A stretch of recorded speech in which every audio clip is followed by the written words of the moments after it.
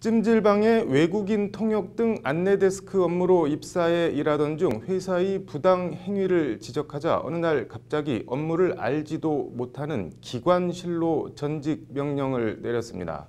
법률구조공단 사용 설명서, 오늘은 회사의 부당 행위에 대한 대처법에 대해 전해드립니다. 김태현 기자입니다. 이모 씨는 지난 2016년 6월 서울에 있는 한 대형 스파에서 저녁 8시부터 이튿날 오전 6시까지 외국인 손님을 위한 통역 및 안내원 근로계약을 체결했습니다.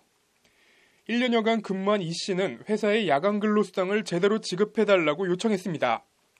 하지만 회사는 갑자기 이 씨가 근무하는 시간 동안 발생했던 4차례의 분실 사건을 문제 삼아 이 씨에게 감봉 3개월 처분과 기간실 근무 전직 명령을 내렸습니다. 이에 이 씨는 출근을 거부하며 노동위원회에 부당전직 구제를 신청했고 노동위는 부당전직을 취소하라고 판정했습니다. 그러자 회사는 마지못해 이 씨를 원래 업무로 복귀시키기는 했지만 얼마 지나지 않아 근태를 문제 삼아 이 씨를 해고해버렸습니다. 이에 이 씨는 다시 노동위원회에 구제 신청을 했고 노동위는 다시 복직명령을 내렸습니다. 하지만 회사는 이에 불복해 행정소송을 내는 한편 4건의 도난 사건 범인이 이 씨라며 이 씨를 처벌해달라고 경찰에 형사 고소까지 했습니다. 그러나 도난 사건은 혐의 없음으로 내사 종결됐고 행정소송도 이 씨가 승소했습니다. 이에 이 씨는 회사와 다투는 동안 발생한 피해에 대한 구제를 받기 위해 근처 법률구조공단을 찾아 법적 도움을 요청했습니다. 사용자의 조치가 부당하다는 의뢰자의 주장에 공감했고 부당전직 기간의 임금과 부당전직으로 인한 위자료를 청구하는 민사소송을 제기를 했습니다. 1심 재판부는 이 씨가 출근하지 않았더라도 부당전직 기간 동안의 임금을 지급하라고 판결했지만 정신적 피해 위자료 부분에 대해서는 기각했습니다. 이에 공단은 항소심에서 특별한 증거도 없으면서 이 씨를 절도범으로 고소하는 등 회사의 악의적 부당행위로 정신적 피해가 발생했음을 집중 부각했습니다.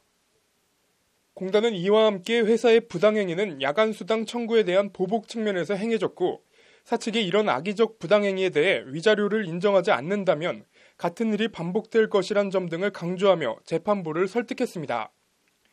전직 명령에도 일정한 한계는 있어야 되는데 의뢰자가 가장 근무하기 어려운 직위로 전직을 명했다는 점을 주장했습니다.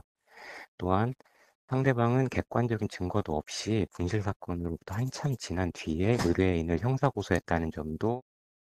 이에 항소심은 공단 주장을 받아들여 회사는 이 씨에게 부당전직 기간 3개월간의 급여와 위자료 100만 원 등 1천여만 원을 지급하라고 판결했습니다.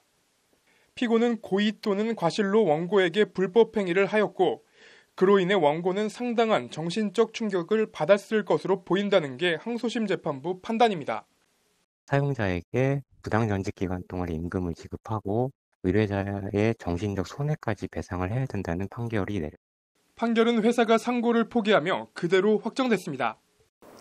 소송을 진행한 유근성 변호사는 부당전직과 부당해고 등 사용자의 악의적 인사권 남용 행위를 근절하기 위해선 부당인사 기감 임금뿐 아니라 근로자의 정신적 피해에 대한 위자료를 폭넓게 인정하고 액수도 상향, 현실화해야 한다고 지적했습니다. 법률방송 김태현입니다.